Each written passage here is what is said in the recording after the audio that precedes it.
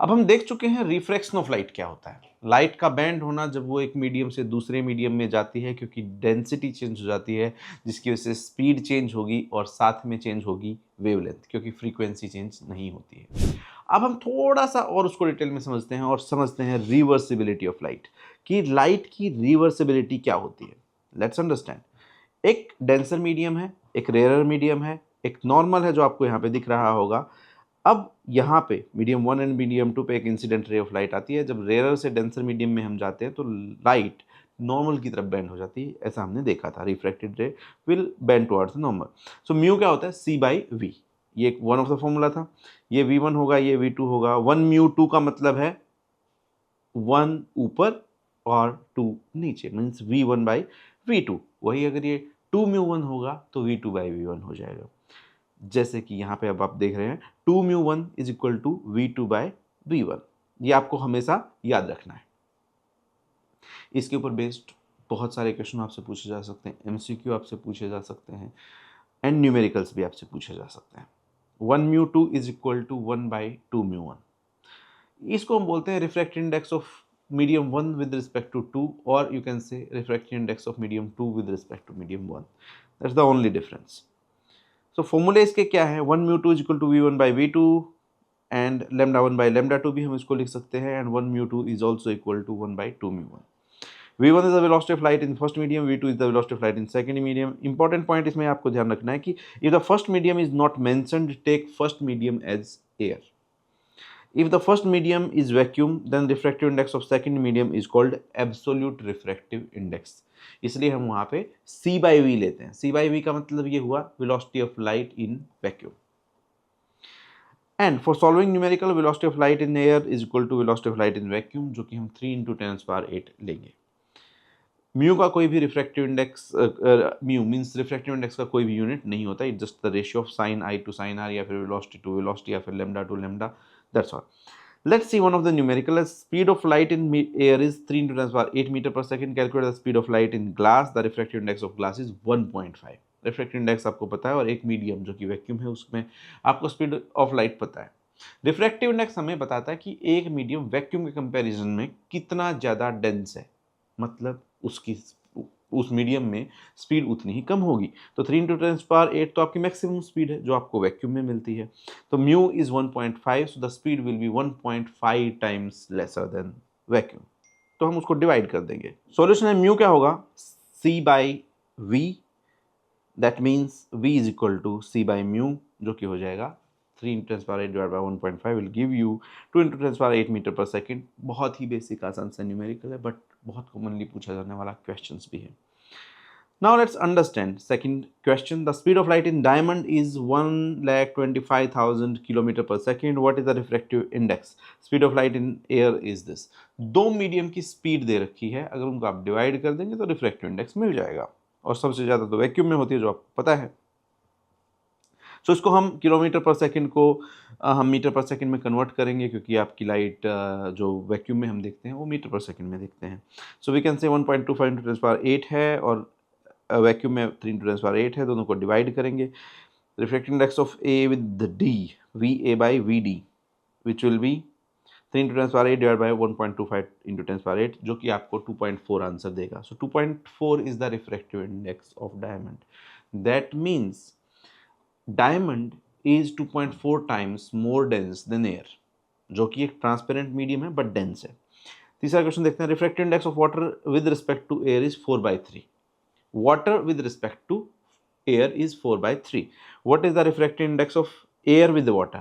तो हमको पता है it is just the inverse. तो हम because 1 mu 2 is 1/2 mu 1. So air with respect to water हमें पता है refractive index of water with respect to air 4/3 है, तो air with respect to water क्या होगा? 1/4/3, that will be 3/4, that will be 0.75, that will be your answer. Now let's see next question. It says a ray of light of wavelength 5400 angstrom. जो ये यहाँ पे आप देख पा रहे हैं, इसको हम angstrom बोलते हैं, जो कि होता है 10⁻⁻10 metre. Suffers refraction from air to glass, taking A mu z as 3/2. Find the wavelength. हमको पता है कि अगर स्पीड चेंज हुई है तो वेवलेंथ भी चेंज होती है। तो जैसे v1/v2 करते हैं, अब हम यहाँ पे λ1/λ2 कर सकते हैं या फिर लैम्डा बाई रिफ्रैक्टिव इंडेक्स कर सकते हैं। लेट्स अंडरस्टैंड, लैम्डा ए आपको पता है, म्यू आपको पता है, लैम्डा क्या हो गया, that will be lambda A by lambda ji.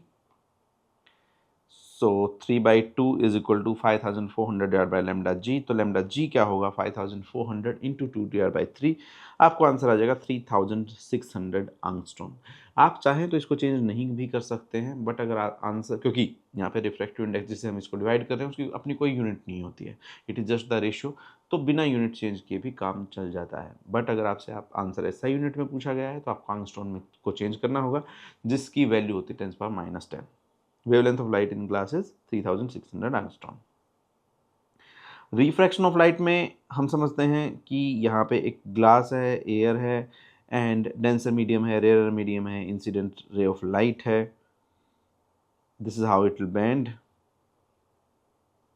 And ये जो डायग्राम है ये आपके लिए बड़ा इंपॉर्टेंट है। यहाँ पे रिफ्रैक्शन दो बार हुआ है, एक तो जब आप एयर से ग्लास में गए और फिर जो ग्लास से एयर में गए। आप जितना बेंड हुए टुवर्ड्स द नॉर्मल, अब आप away from the normal bend होंगे, तो आपकी इंसिडेंट रे की डायरेक्शन और एमर्जेंट रे दोनों पैरेलल होगी, बट दोनों में एक शिफ्ट होगा जिसको हम बोलते हैं लेटरल शिफ्ट। जो रेज निकलती है फाइनली उसको एमर्जेंट रे बोलते हैं।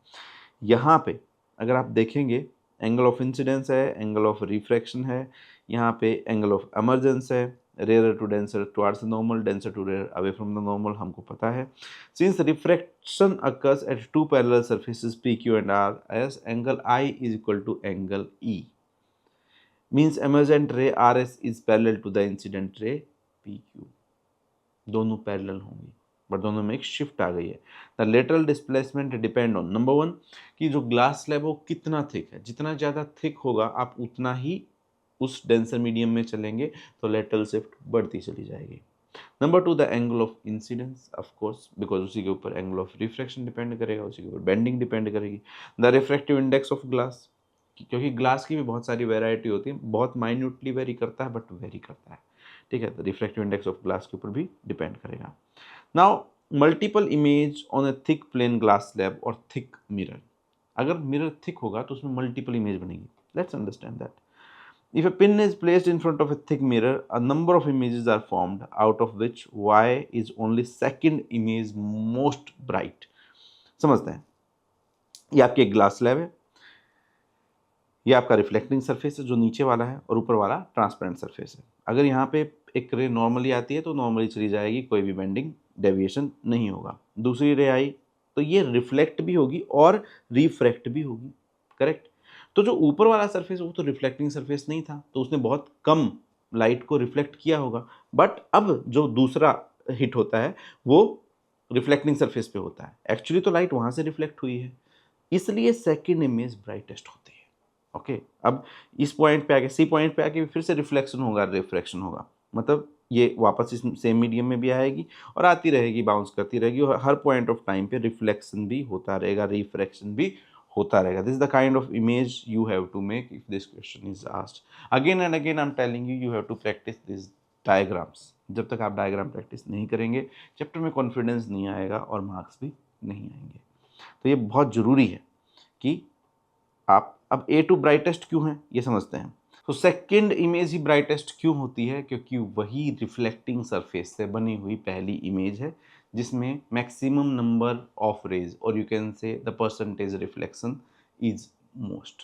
So this was reversibility of light for you guys, and again we gonna see some more concept in coming sessions in refraction of light, and stay tuned, you gonna enjoy that। अगर किसी भी concept को समझने में आपको थोड़ी बहुत भी दिक्कत है, आप चाहते हैं कि मैं कोई टॉपिक को ज़्यादा इलेबरेट करूं, you want some more clarity, you have some confusion, you want to ask some question, feel free to give us a comment in the comment section।